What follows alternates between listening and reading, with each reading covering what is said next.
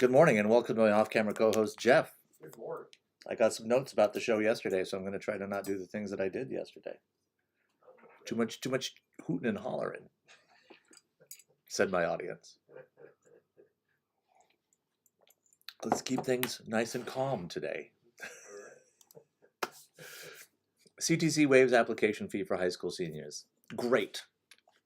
So you do not have to pay, if you're applying to CTC, you don't have to pay the $40 application fee, which can be, as you're getting ready, that can be an obstacle to getting enrolled or admitted. But they are going to waive that fee for students who graduate from an Alaska high school or complete a GED in spring and summer 2019. The offer is called the High School to College and Career and is available to eligible students who apply to any CTC program for fall 2019. The Dean, Michelle Stalder, says there is a place for them at CTC where they can choose from 40-plus workforce development programs or an Associate of Arts with an emphasis that is a direct bridge to four-year programs. Great message from the University of Alaska Fairbanks Community and Technical College to get students who might feel there's too many barriers to get just starting their college career and getting some higher education. So way to go, CTC, waiving the application fee. That's in the Cornerstone today. The lead story. It is. Oh, you're looking at the Cornerstone yourself? Yes. That's Jeff. He likes to be prepared. Well, let's see. Which one do you think I'm going to pick? Which one do you think I'm going to pick, Jeff? You're right. Rasmuson Archives reopened. You knew it. The Rasmussen Library, Alaska and Polar Regions Collections and Archives Department has reopened its newly renovated space on level 2. So when you go into the library, you do not go into the ground floor. You're already up on level 3 when you walk into the library. It's like, what is going on? But apparently level 2 is where the Alaska Polar Regions Collections and Archives is. Assistant archivists Becky Butler and Rose Speranza are still settling in, but are available to help researchers. So you can, there's all sorts of links there in the Cornerstone story. So great. Those archives, and there's you can search a lot of the stuff that's in the archives online. If you search for the UAF Rasmussen Library Alaska and Polar Regions Collection, you can see tons of videos and photos and stuff from early days in Alaska, which are fun to see. You know, they were just like us, Jeff, living their lives here in Fairbanks, wearing coats when it was cold and playing outside when it was summertime, going to school, raising their families. Some of them even had pets. Sometimes their pets were bears. What? I'm going to go look that up. I don't know if I believe you, but their pets were bears? That sounds very unsafe. I would agree, yeah.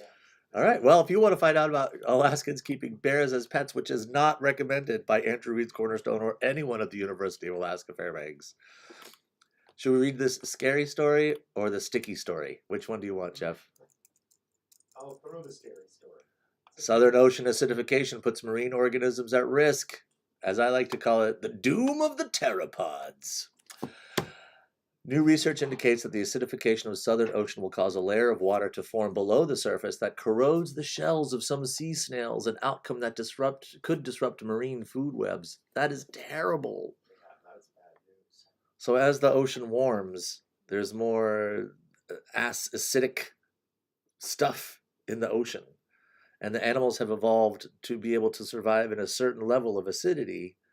But when it gets more acidic, it just corrodes and eats and hurts the animals.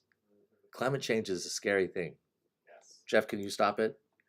I wish I could. Can you just get on the horn on the email with the scientists you talk to and just be like, hey, put the brakes on this. But that's a big story in the Cornerstone today. And I think other people have been picking it up. You've seen that story elsewhere? Yes, a number of places. So you can go read about some of this work. And some of the things with climate change and scientists is there's nothing they can let us know what's happening, and it's up to us to do something about it. That's what science is all about. Okay, let's read the sticky story. A happier day. It is, because it's about birch sap. Birch sap cooperative organizational meeting is set. So this is the third year they're going to get together. They're going to give you some supplies, and you're going to go out, you're going to tap some birch trees and get some birch sap, and you're going to make some syrup out of it. Jeff, do you know how much sap it takes to make syrup? A lot. I don't know the specific number though. What is it? I believe it says in here 110 gallons of sap make 1 gallon of syrup. That is a lot, as you say. You are not incorrect. But you can find out how you can join this thing. Because what they do is they have people go out, they crowdsource the tapping. So they give you the stuff. You go out onto wherever you want. Hopefully it's your property. You're not going to trespass to do this. That would be bad. You learn how to tap a tree, get the sap out of it, and you take it to the place and they make syrup out of it. It's a collective, cooperative. Many people working together for one goal. And then you get your share of syrup at the end. Yes. Really cool. Have you got your eyes on that? You thinking about joining in? Sounds pretty neat. It does sound pretty neat. There's birch trees on the property of the house where I live, so maybe that's something that we'll do this winter. All of that and more. Ooh, this is a long Andrew Reed's Cornerstone. 6 minutes. Extended version. For spring break. That's what you get with more subdued Andrew. It is. We're not so crazy. Woo! Just telling you some stuff. All right. Well, thanks for joining in for this extended Andrew Reed's Cornerstone. And I'll talk to you later. Thank you, Jeff. Thank you. Bye.